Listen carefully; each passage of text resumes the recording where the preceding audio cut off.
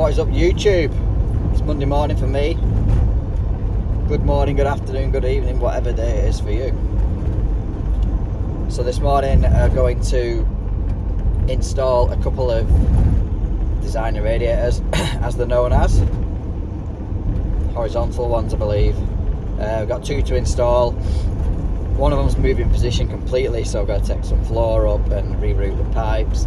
And I got to first fix the kitchen for what is being started tomorrow. There's only the hot and cold to first fix. I'll just show you how I work out what positions the pipes are going in, and just a bit of footage of obviously installing these radiators. As usual, guys, don't forget to hit like, drop a comment down below, and make sure you're subscribed. Trying to grow this channel. It's really taking a step back, unfortunately. It's so slow at the minute with growth. I appreciate every single one of you that comment and like and watch and that have supported me from the beginning, but I do need to gain some growth, because it's demoralising when you start losing subscribers as well, like I did a couple of weeks ago. Let's get into it. Right guys, this is number one radiator that we're changing. Don't know if we're moving it or not. Personally, I think it would look better in the centre of that wall, in the hallway here.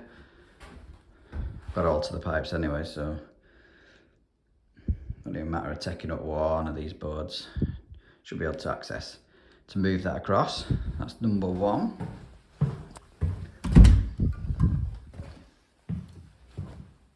That's the radiator we're installing. Obviously that is, once tipping back, it's stood up the opposite way around. Kitchen, we've got a first fix here. Obviously this thing's coming out, drain's coming out, our hot and cold's over here. Probably clip these back if I can, nice and neat. Probably lower down as well, working to the kitchen plan to where it wants to be. Ready for the kitchen fitter. I don't know if we'll be second fix it or not, depends how capable he is of plumbing and if he wants to do it. And I believe that radiator there is going to go on this wall here, central. But my pipes, I took a radiator off from here. My pipes are somewhere under there. This is a suspended floor, this. So I've got about a foot of height underneath of this one. As you can probably see in this corner. Maybe a bit more than a foot, you can't see. Loads of room. It's a plumber's dream, electrician's dream to have a floating floor like this. Most new builds, a lot of properties now, solid concrete floors, which obviously then all pipes have to drop down the wall and across, and cables, etc. Loads of access under here. Traditional floorboards as well. Nice and easy to get up, put them back down.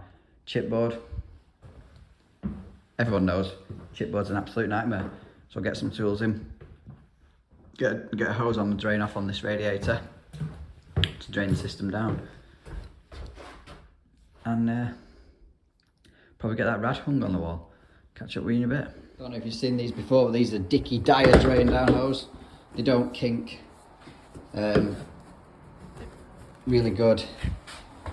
I've had this, probably this is 4 or 5 years old now. Bit like manometer tube, if you ever felt that. Same sort of material. They are great for draining down, but as it states on the packet, not suitable for mains water pressure, so don't put it on a house. It's not a hose pipe. Line screws to take this board up to see what's under there whilst it's already been up before. Take up the easy ones first. This is my Weira set. All sorts of blades in there.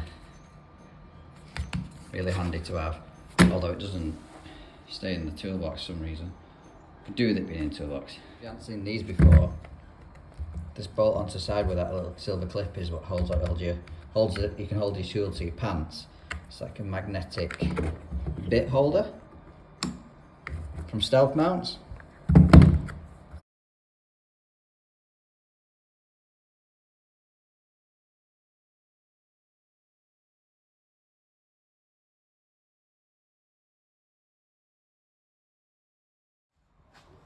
I exposed a, you can see that. Where's the end gone now? There. some sort of old system in here, probably a single pipe system before it upgraded to a twin. There used to be a single pipe system where one pipe would run continuously around the property, teeing off to each radiator. Really poor design, weren't very efficient. Twin pipe, miles better. Now, I need to speak to the customer about whether he wants this radiator in the centre of the wall or not to confirm. He just informed me that we only have one radiator today, and he'd like it put in the kitchen, but the same radiator is going in the hall, same size should I say, so I'll be able to first fix that because this is having Carndean flow down. I believe the week after next, so at least with the pipes first fixed out the floor, we'll be able to carry on with that. So now drain down, I'll leave that bit for now and hang the new rad. Obviously, because we're going to put this radiator centre of the wall, we need to know the centre of the wall, so full width span of the wall, which this one is hard to measure, 3 metres. So obviously half of 3 is 150, we put a little pencil mark at 150 and a C. That's going to be our centre point for the radiator. Now we need to know the width of the radiator and find that centre point. So this one now measures, the radiator measures 1400 millimetres to 700 centre. So 700, 14 is where our radiator is going to be on the wall. So I'm going to mark a little pencil mark on the actual radiator itself, on itself.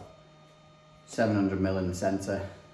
I can place it in position, mark up my brackets.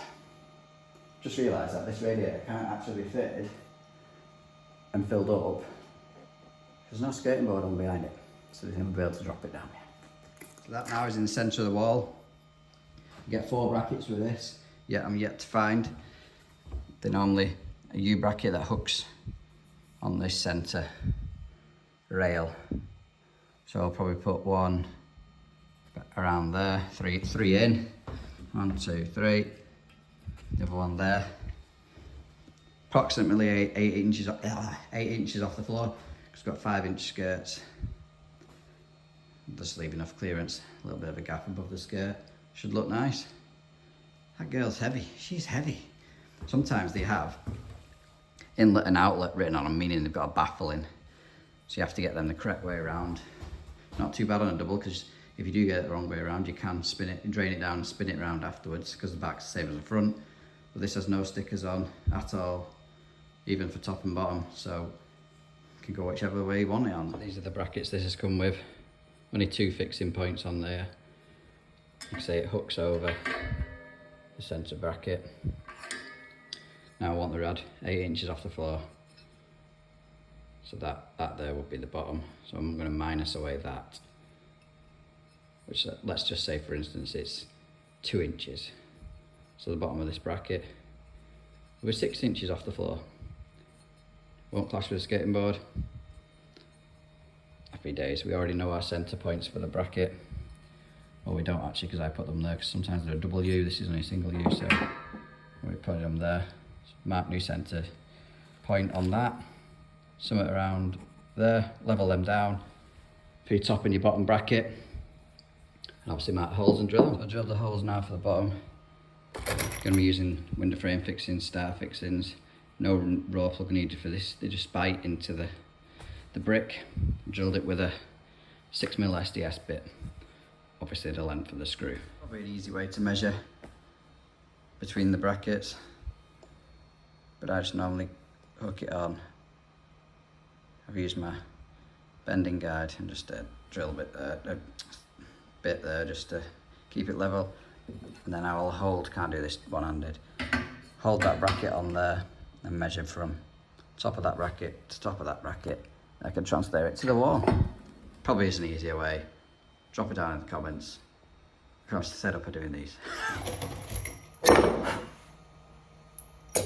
Gonna get a wipe in a second just to wipe these pencil marks off. Showing you how these frame fixings work.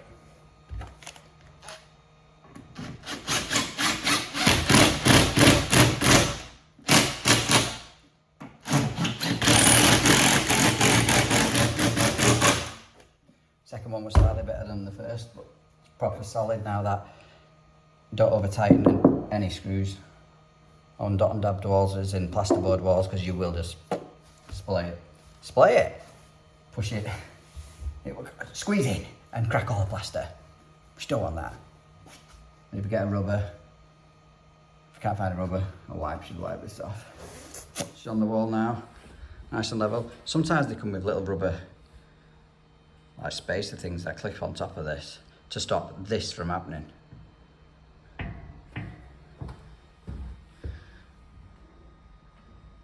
Either the bottom brackets want lowering, or the top one's one lifting up. That should take away a lot of that, but like I say, usually they come with rubbers. But not in this case. With PTFE on these rad tails. Helps if you open it. So one bead round the first thread and one round the third, something like that. Little rad key spanner for this. I only use this stuff on brand new radiators and valves because it doesn't very much like dirty threads. Just tighten this up.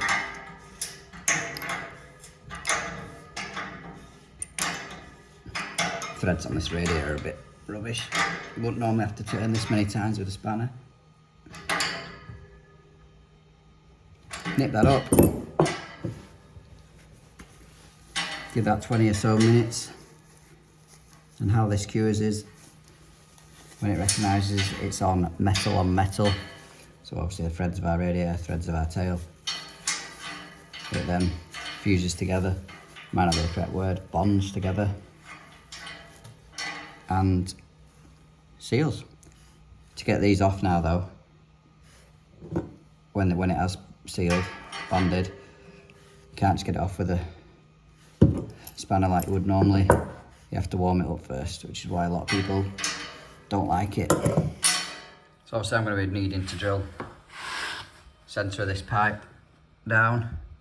So what I do is get a little level, get me a little Milwaukee level. This needs spinning, but it's got a groove out in this to actually slot over the pipe and level it back, inside, mark our centres, I can send a drill bit through. Now I've got my holes, my centre pipe centres off the radiator in there.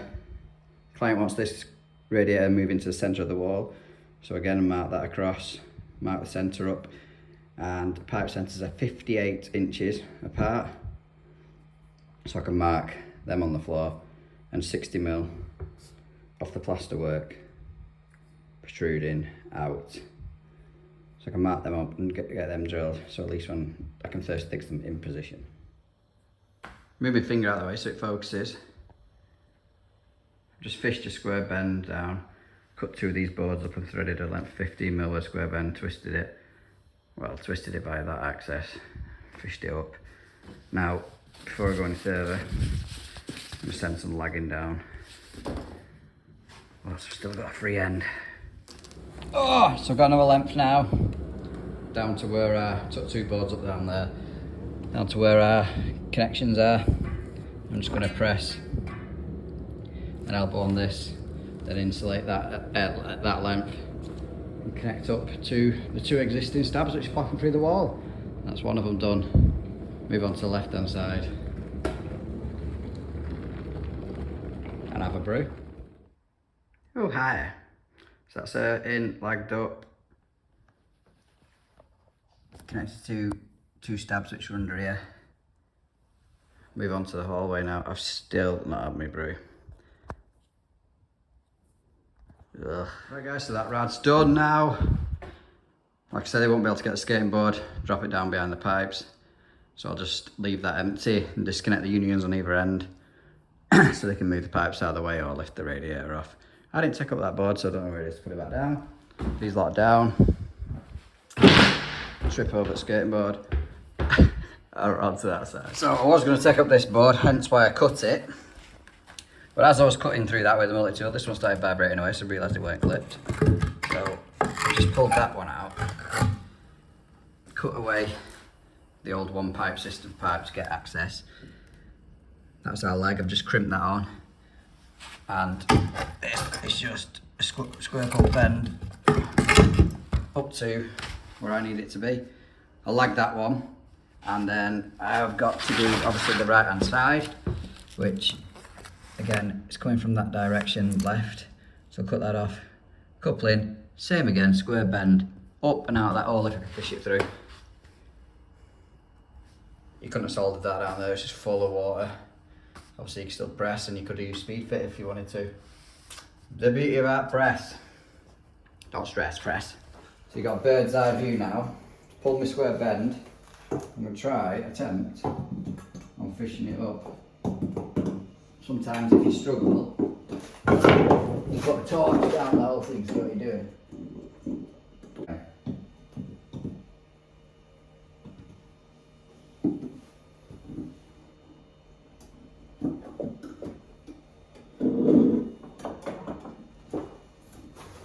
And then, to keep it in position, just push my pipe twice on it, don't turn it obviously, otherwise you'll score the pipe. Don't know how much you can hear of this.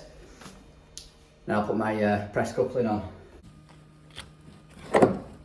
There's our pipe.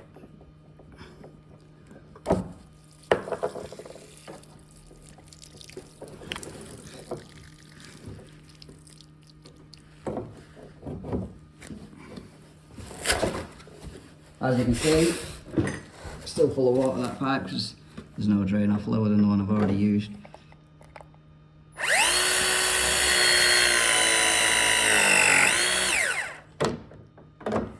Now before I do this one, I want to make sure that my pipe is square coming out the hole.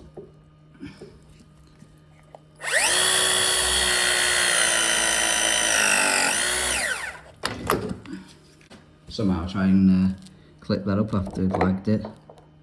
You guys can see that, but there's a clamp which the old system went through. That is it's like a scaffolding clamp.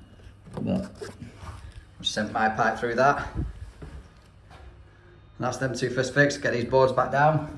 Move on to first fix in the kitchen.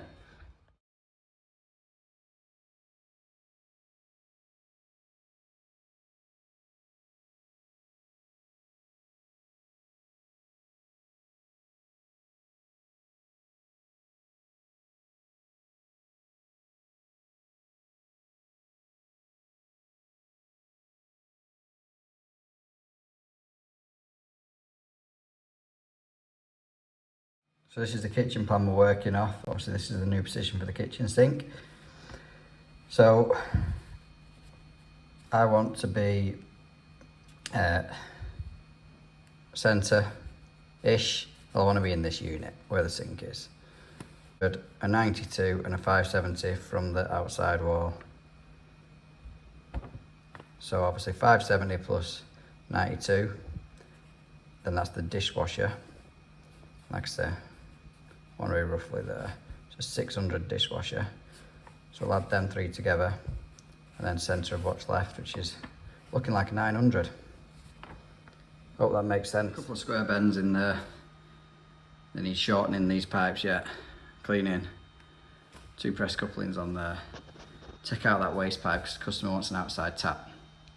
And sometimes I do this after the kitchen's been put in.